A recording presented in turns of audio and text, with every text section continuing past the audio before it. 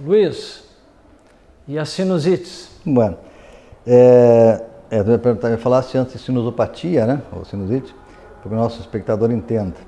Quando a gente fala, é muito comum, né, a pessoa, até é bom que a gente esclareça, já que estamos na conversa, é muito bom que se esclareça isso, porque sinusite é muito comum que tu veja as pessoas falarem, estou atacado da minha sinusite hoje, né? Tá me dando a cabeça, me atacou da minha sinusite. Ou então, ele vem consultar, doutor, eu vim consultar que eu tenho sinusite. O que tu sente? Eu tenho sinusite. E as pessoas relacionam sinusite com dor de cabeça, com uma série de outras coisas, né? Mas a sinusite, ou a sinusopatia, a sinusopatia é uma doença dos seios da face. Nós temos na face vários seios maxilares, etimoidais, frontais, que podem adoecer, né? O acometimento de um desses seios por uma doença infecciosa, seja ela bacteriana, viral, enfim, nós chamamos de sinusite, certo? Quando existe uma infecção. A sinusopatia seria qualquer patologia, qualquer doença dos seios da face. Por exemplo, o acometimento de um seio da face por um problema alérgico. A gente pode ter uma sinusopatia alérgica e ele tem sintomas perenes, durante todo o ano. Ele pode ter congestionamento nasal, tem cefaleia, tem dor de cabeça frontal, não necessariamente tem sinusite, né? Inclusive o paciente que tem problemas alérgicos, é muito frequente que ele queixe dor frontal. Aí ele fala, estou atacado da minha sinusite hoje, né? Isso normalmente não é sinusite, é o que nós chamamos de sinusismo. Então, tu tem seios, tem cavidades na face que estão preenchidas por ar, que se comunicam com o nariz através de um buraquinho muito pequeno, um buraquinho quase virtual, se chama ósteo, forrado de mucosa, né? No momento que esse paciente tem uma crise alérgica, que ele entra em contato com algum alergeno, esse ósteo vai inchar, vai edemaciar e os seios ficam bloqueados, né?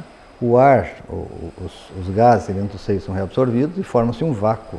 Aí vem aquela dor, parece que tem uma coisa puxando o olho para dentro. Aí o cara fala, estou atacado da minha sinusite.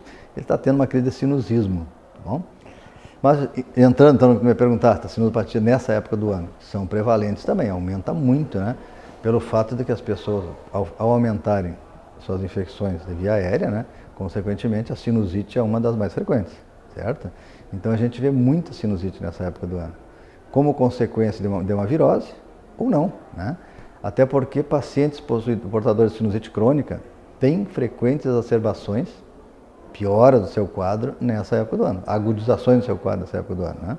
Porque os pacientes têm polipose nasal, que tem uma outra doença de base, então nesse período, pelo fato de que essa mucosa está mais congestionada, está mais propensa a receber uma infecção viral ou bacteriana, apresentam mais infecções. O paciente que tem sinusite, ele tem rinite? Ele é atópico? Não necessariamente, né? O paciente que tem rinite, porque na verdade assim, a gente fala rinite quando a gente deveria falar rino, sinuso, faringo, laringo, traqueite. Porque a rinite, a doença atópica, a doença alérgica das vias aéreas, ele pega toda a via aérea. Né? Então, se o paciente tem rinite, ele tem sinusite alérgica também, com ou sem manifestações, mas um certo grau ele vai ter. Ele pode não ter manifestação nenhuma, mas vai ter o acometimento da mucosa do seio também, né? A gente tem que imaginar a árvore respiratória como uma casa com muitas peças, com sala, cozinha, varanda, tudo com o mesmo carpete, que é a mucosa. No momento que tem um problema aqui, ele pode descer aqui, pode subir para o seio da face, para o ouvido e por aí afora, né? Agora, o que acontece? O paciente que tem rinite, que sofre de rinite, né, que tem problema de rinite crônica, ele é muito mais acometido por episódios de sinusite que o paciente que tem uma mucosa sadia, né, por motivos óbvios. O paciente que tem um problema alérgico, ele tem uma mucosa que produz muito muco, que tem uma dificuldade de movimentar seus cílios para fazer a limpeza e que tem uma facilidade muito maior de que o vírus ou a bactéria penetre nessa mucosa e cause infecção. Então, a sinusite se relaciona, a incidência da sinusite se relaciona diretamente com o fato do paciente ser ou não alérgico, ter ou não rinite, ou rino-sinusopatia, enfim, tá certo? Isso me faz lembrar, a gente sempre conversando, você lembra de fatos históricos, né? Eu estava uma vez no pavilhão Pereira Filho, quando estudante, fazendo estágio lá. Em vez de estar na praia de férias, estava dentro do pavilhão Pereira Filho com o livrinho para cima e para baixo. E uma das aulas que me chamou a atenção foi do professor Bruno Palombini, já falecido, né? Que na época era um mega star dentro da pneumologia, né? E ele falava isso, na sinusotraqueobronquite. Naquela época já se falava nisso, né? Mas, Luiz, então, nós estamos entendendo todas essas entidades. E uma coisa que é comum também é a história do desvio de septo. Os pacientes que têm desvio de septo, eles têm mais sinusite? Também, nós entramos sempre na mesma seara, né? Porque o desvio de septo, o que acontece? Para que as pessoas entendam, o nariz tem duas paredes aqui e uma parede no meio, né? Essa parede do meio é o septo, que separa o nariz em duas cavidades.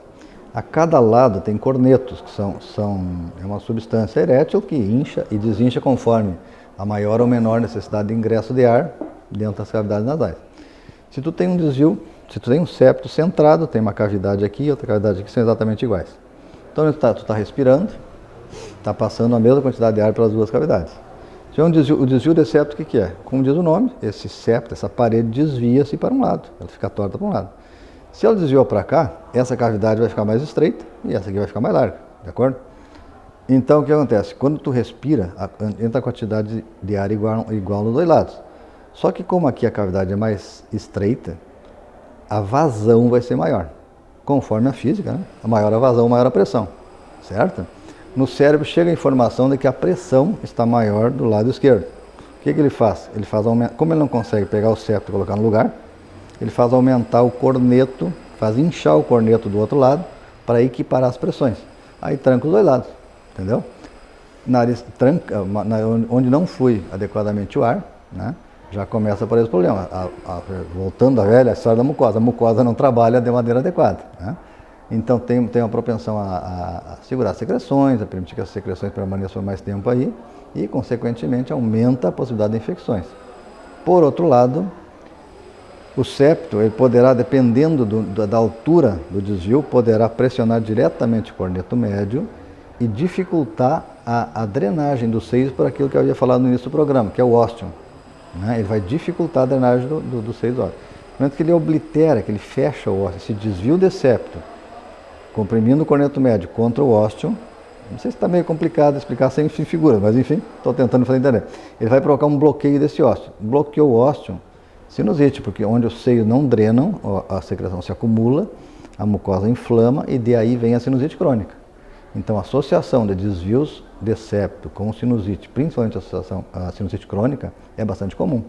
Dificilmente tu vê um paciente com uma sinusite crônica que não tenha uma alteração anatômica do septo, que esteja provocando um problema a nível do ósteo, ou seja, aquele buraquinho que drena o muco que é produzido dentro dos seios da face.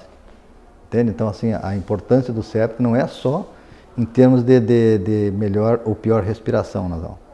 Tá? Inclusive, assim, tem estudos que mostram que se tu tiver um desvio de septo para esse lado, a quantidade de ar que chega no teu pulmão direito é menor do que chega no lado esquerdo. Né? Tamanha a importância do septo. De uma boa respiração nasal, não só pelo septo, né? Bom, Luiz, nós vamos então para o terceiro bloco e eu estava no hospital universitário hoje, fazendo cateterismo cardíaco e daí eu soube de um paciente que veio a falecer porque teve meningite e teve uma otite. E isso acabou levando a um óbito num indivíduo jovem. Então eu gostaria que no próximo bloco tu nos contasse como isso acontece. E também eu gostaria de falar um pouco de tratamento, né? Nós pudermos dar algumas pinceladas, obviamente sem incorrer em problemas éticos.